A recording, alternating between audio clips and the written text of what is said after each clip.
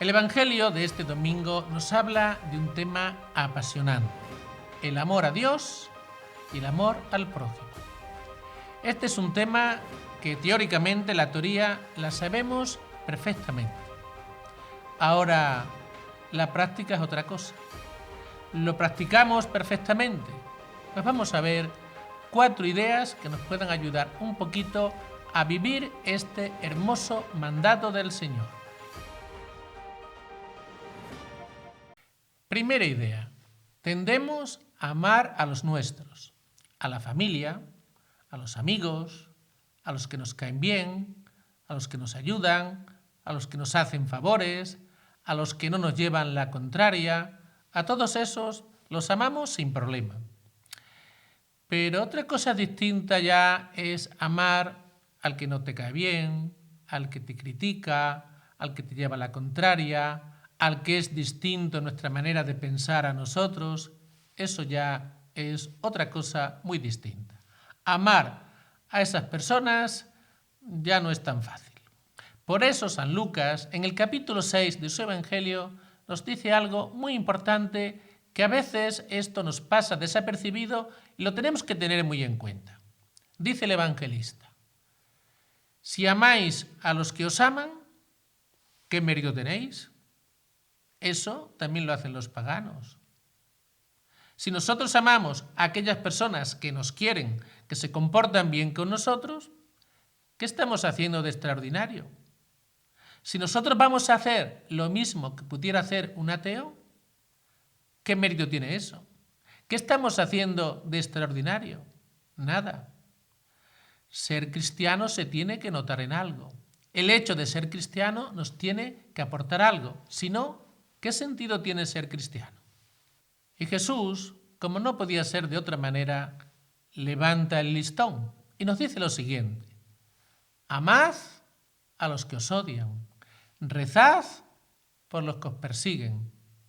O sea, Jesús nos está diciendo que como cristianos que somos, tenemos que dar un paso más, que no podemos quedarnos simplemente en amar a los nuestros y a los que nos corresponden. Tenemos que tener claro que tenemos que ir un paso más. Y segunda idea: tenemos que amarnos como Dios nos ama. Por eso, no puede ser un punto de referencia sin más amar nosotros a los demás como nosotros nos amamos a nosotros mismos. Eso, sin más, no puede ser un punto de referencia. Antes tenemos que experimentar el amor de Dios. Y una vez que hemos experimentado cómo nos ama Dios, así es como tenemos nosotros que amar a los demás. ¿Y por qué el amor que nos tenemos a nosotros mismos no puede ser el punto de referencia para amar a los demás así sin más?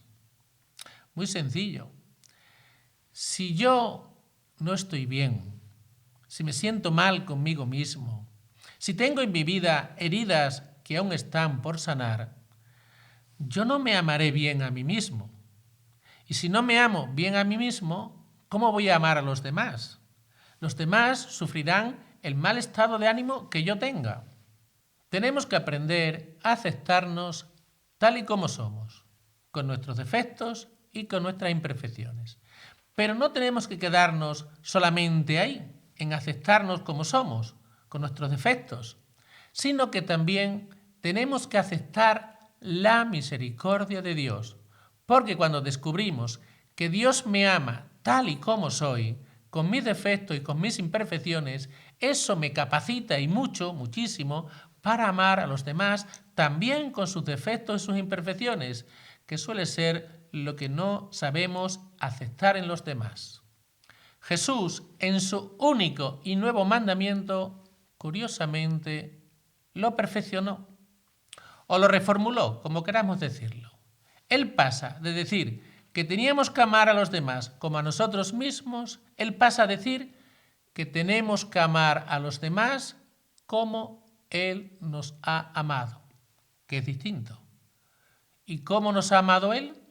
Él nos ha amado hasta entregar su vida por nosotros. O sea, no es lo mismo amar a los demás como nos amamos a nosotros mismos que amar a los demás como Dios nos ha amado. porque Dios nos ama infinitamente. Y tercera idea, Dios nos ama tal y como somos. O sea, Dios nos ama a pesar de nuestros defectos y Dios nos ama a pesar de nuestras imperfecciones. Porque a veces pensamos que no nos merecemos el amor de Dios. Tal vez esto no lo pensemos mucho. Puede que haya personas que lo piensan, de hecho hay personas que lo piensan así. Pero creo que se da mucho más que pensemos que hay ciertas personas que de ninguna manera se merecen el amor de Dios. Que Dios no los puede perdonar por las cosas horribles que han hecho en la vida. Y esas personas pensamos en algunas ocasiones que nunca se merecen el amor de Dios. Seguramente todos nosotros nos hemos encontrado en la vida con personas que te dicen que Dios no puede amarlos, que Dios nunca puede perdonarlos, porque hay ciertas cosas que Dios no puede perdonar. Y si Dios no puede perdonar esas cosas, evidentemente, tampoco puede amarlos. Afirmar eso es no entender el amor de Dios. Dios es amor y no puede hacer otra cosa nada más que amar. Pero el amor verdadero, como es el amor de Dios, no necesita de méritos para amar. ¿Por qué? Porque el amor verdadero es incondicional. Y cuando nosotros experimentamos en nuestra vida ese amor incondicional de Dios, o ese amor también incondicional de las personas que nos aman así, que no nos aman por nuestros méritos, que no nos aman por las cosas que hacemos, sino que es un amor verdadero, un amor incondicional, ¿qué pasa cuando sentimos ese amor?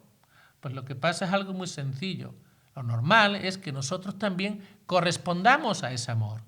Cuando nos sentimos amados, nosotros también amamos a aquel que nos ama también de una manera incondicional. No digo siempre, pero sí en la mayoría de las ocasiones. Y también quería decir algo de esto que decimos en muchas ocasiones. Sí, pero Dios me ama tal y como soy, Dios me ama con mis defectos. Sí, lo acabo de afirmar ahora en esta idea que estoy diciendo. Dios nos ama tal y como somos. Dios nos ama con nuestros defectos. Dios nos ama con nuestras imperfecciones. Pero tenemos que tener algo muy en cuenta. Dios nos ama así, pero Dios nos sueña santos. Dios nos ama así, pero Dios desea que seamos santos. Esto no podemos olvidarlo nunca, porque a veces parece que nos justificamos diciendo, sí, pero Dios me ama así. Sí, te ama así, pero te desea santo. Dios te ama con tus defectos, pero te sueña santo. Esto que nunca lo olvidemos. Y cuarta y última idea. Dios cree en nuestra capacidad de amar. Dios confía en nuestra capacidad de amar. Dios está convencido de que somos capaces de amar. Claro que está convencido. Él nos ha creado a su imagen y semejanza y sabe perfectamente de nuestra capacidad de amar. Hay un pasaje muy curioso en la Biblia, es cuando Jesús confía a Pedro su iglesia. Pero el detalle está en lo siguiente. Jesús confía a Pedro su iglesia. ¿Pero cuándo lo hace? Lo hace, curiosamente, después de que Pedro ha caído. No lo hace antes, lo hace una vez que Pedro ha caído y se ha levantado. Entonces es cuando le confía a su iglesia. ¿Cuándo pone Jesús a Pedro al frente de su iglesia? Lo pone cuando Pedro ha experimentado algo muy importante en su vida. Cuando Pedro ha experimentado en su vida el amor incondicional de Dios. Entonces es cuando Jesús lo pone al frente de su iglesia. Es muy importante en todas las personas que experimentemos el amor de los demás. El hecho de que experimentemos en nuestra vida, de que sintamos en nuestra vida que los demás nos aman y nos quieren, eso nos capacita para grandes obras. Y si nos capacita el hecho de que nos amen los demás para hacer grandes obras, ¿cuánto más no nos capacitará el amor que Dios nos tiene? Cuando experimentamos ese amor, Cuando nos sentimos amados por Dios, eso nos capacita muchísimo para hacer grandes obras y para amar a los demás. Que el Señor os bendiga y os proteja. En el nombre del Padre, y del Hijo, y del Espíritu Santo. Amén.